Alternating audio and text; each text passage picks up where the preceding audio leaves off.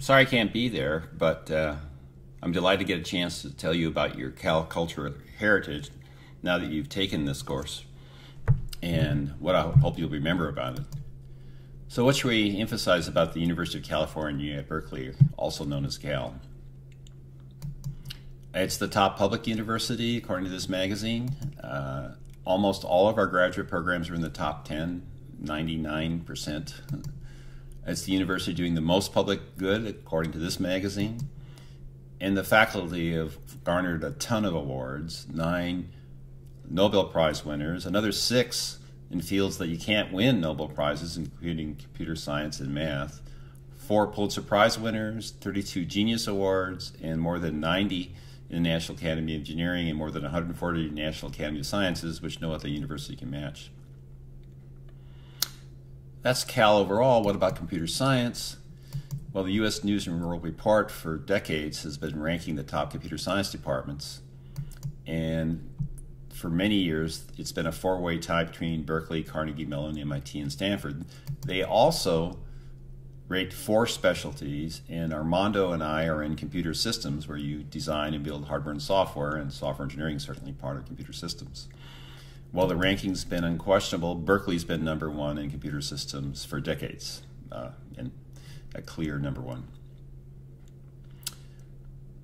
So that's the campus perspective, but perception can lag reality, especially in academia. So any recent evidence that we're #1. In 2007, Intel and Microsoft announced they would fund a Universal Parallel Research Center, $2 million a year for 5 years. They opened it up to top 25 computer science departments and picked 4 that they would do site visits and ask more detailed questions, including Berkeley, Illinois, MIT, and Stanford's 3 of the top 4. And 5 years ago, they announced that Berkeley was unanimously picked by the technical committee as the top choice to get that center. What about more recently? In 2011, in computer science theory, the Simons Foundation announced they would do a center, this time $6 million a year for 10 years. They invited lots of computer science departments to compete, and the final lists that got site visits were Berkeley, the only public university, the University of Chicago, which is a very wealthy university, and the combined 2 of the most famous and wealthiest universities in the world, Harvard and MIT. Formidable competition. Well, in May, the Simons Foundation announced that Berkeley would be the winner and would have the Simons Foundation. So in my career, there have been 2 open competitions, and amazingly, 1 university won both of those, and that university is Cal. So what's your heritage? Is it this intellectual thing? No, we're going to talk about your athletic heritage, which is football. So let me explain what football is. First of all, we call it soccer, what the rest of the world calls football, and they call football American football. Well, soccer has 11 on a team. There's 2 teams, 1 ball, a grass field, move the ball into the goal. Most goals wins. Can't use your hands. Well, we started with a game like that, and we still have 11 on a team and 2 teams and 1 ball on a grass field. But we're the new world, and we wanted to change it from our European heritage, because one thing is to increase the scoring, which soccer could certainly use. #1, we made the goal a lot bigger. It's the full width of the field. #2, your hands are more coordinated than your feet, so you can carry the ball with your hands. Now, since you can carry the ball with your hands, you can toss it to another player at any time, either laterally or backwards, and it's called the lateral. And occasionally you can toss the ball forward, which is called a pass. So how do you stop a player carrying the ball? You grab them and knock them down. This is the new world. We're big, tough people. We tackle them. Since soccer, you tackle the ball. If you were to tackle the player, it's a penalty. In American football, if you tackle the player, people applaud. How do you score? You move the ball across that goal line into what's called the end zone, scoring what's called a touchdown, and you get 6 points for that. That's another way we improve scoring. We make the scoring worth more points. And you can also score by kicking the football between 2 poles, what are called goal posts, calling what's called a field goal. Those are worth 3 points, unless it's after a touchdown, then you get 1 point and an extra point. So we got lots of ways to score in American football.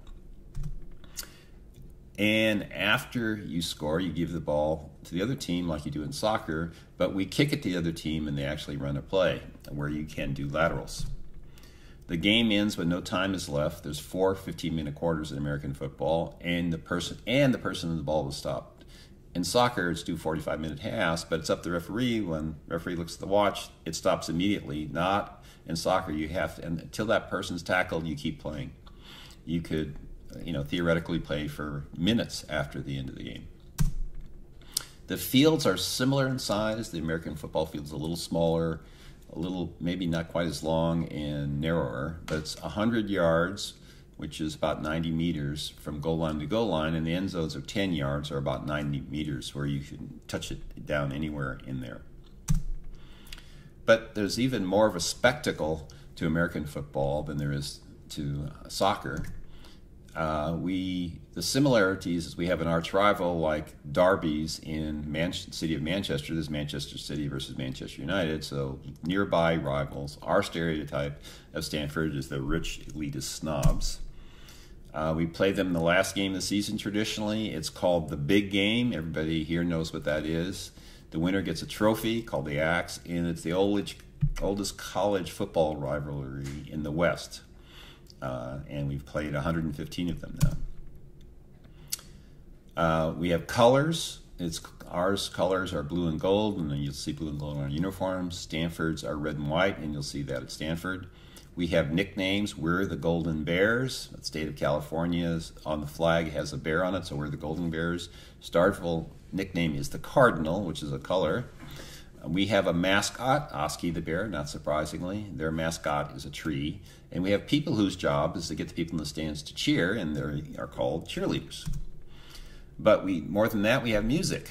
We have bands. These are orchestras that march from both schools at the games, typically before the game, at halftime, between the two halves, and after the game. Now, the Stanford game isn't a traditional one. It's more like a drinking club. If you've seen the movie Animal House, you got a good idea what that's like. It plays just one song, almost as long as the movie Animal House in the 1970s, and it cannot march and play, unfortunately. They're not capable of doing that. They have to run and stand. The Cal band is a traditional band that marches and plays. So let's go back 30 years to one of the big games and the way it ended. Now, why am I excited about this? It's my favorite event in sports history, and I'm big into sports. Well, here's some evidence that it's an important. Sports Illustrated, the leading sports magazine, sets the top 20 plays ever. A sports show said it was the greatest football player of all time, college or pro. The AP News says, Associated Press said it's the most dramatic ending of a football game. Even Stanford magazine now considers the most famous play, and it has its own Wikipedia entry, kind of like Israel versus the Palestinians. There's Cal and Stanford alumni editing in this, but over the years they've reached agreement.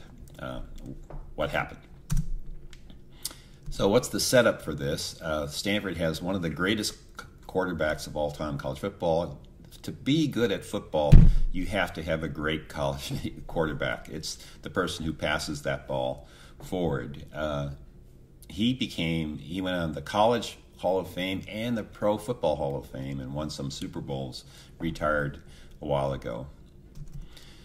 Now, Stanford had just taken the lead with 4 seconds left, and so the Cal team captain got all the Cal football gears right before they get the ball the last time with 4 seconds left, very little chance, and said, whatever you do, don't fall with the ball. So try to lateral the ball so we can try and score it, although the odds are very low. So let's see what happens in the video. Memorial Stadium, 1982. With Stanford ahead 2019 and only 4 seconds left on the clock, Cal would pull off the most memorable moment in college football history, the play. Harmon will probably try to squib it, and he does. Ball comes loose, and the Bears have to get out of bounds. Rogers along the sideline, another one. They're still in deep trouble at midfield. They tried to do a couple of... The ball is still loose as they get it to Rogers. They give it back now to the 30. They're down to the 20. Oh, the band is out on the field. He's going to go into the end zone.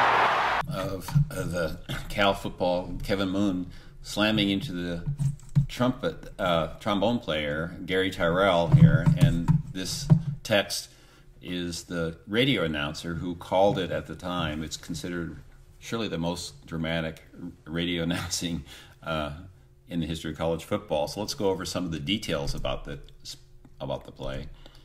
Cal is supposed to have 11 men, but this small guy enters the field the last second to get them up to 11. He makes the first key block to prevent our guy from being tackled, who was Kevin Moon. He was not an offensive player. He played defense, but he got the ball first and lateraled it to Rogers, who was the team captain, who said that. He gets the ball, and he laterals it to Gardner. Gardner is a smaller guy, again, for a football player. He's running back. He's almost tackled. He has 2 legs and 1 arm pinned by Stanford players, and with 1 arm, he laterals the ball out. Richard Rogers, again, gets the ball, and he's yelling, "Give him the ball," and gets it, and he laterals to Dwight Ford. Dwight Ford is the smallest player on the field. He was wearing tights because he was cold, but he's dehydrated, so he's getting leg cramps.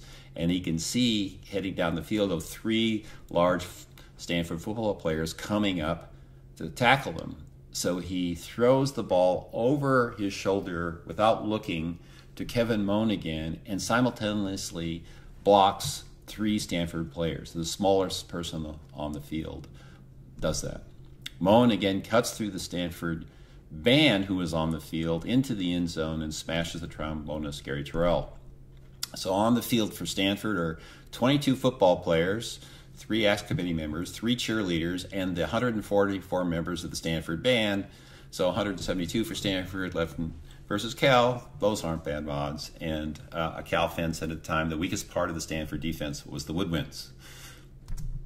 What happened after the play? There are T-shirts from Cal with this, with a commemorative of the play on the football with musical notes on it. There are notebooks that have that on it, neckties, all commemorating the play. It was a big seller. A Monday afterward, Stanford, to their credit, made 7,000 copies of a fake Daily Cal newspaper and spread around Berkeley, saying that the National Collegiate Athletic Association reversed the decision, but it was a fraud, of course. But the Cal players were famous. They showed up on TV, and they invited the Stanford trombonist, who was clobbered, to that, and they became good friends. Kevin Moon, the guy who got it first and scored for Cal, and the guy he ran into are still friends today. Now, Stanford revises the history. They feel like there were several things that were wrong with the play, that they were bad officiating, and so they'll change the score back on the trophy to say that they won the game. That's what they do traditionally. One of those things they said, the guy had legs pinned and 1 arm pinned and got the ball. He was tackled. He should have been stopped. So thanks to the miracle of computer technology, we've had a fair and unbiased evaluation that was done by Dan Garcia, and we'll see that in the next segment. But Stanford would never accept their defeat, claiming that Garner was down on the Cal 49. Thanks to advancements in 3D technology, we can resolve this dispute once and for all.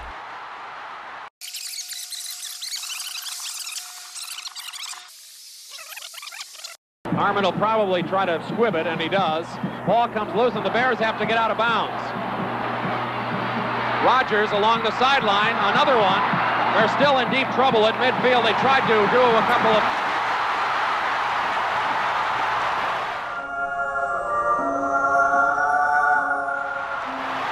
The ball is still loose as they get it to Rogers. They give it back now to the 30.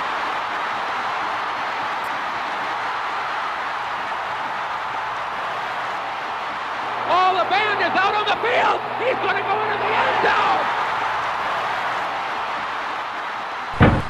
The Bears have won. The Bears have won. Oh, my God. The most amazing, sensational, dramatic, heart-rending, exciting, thrilling finish in the history of college football. California has won the big game over Stanford.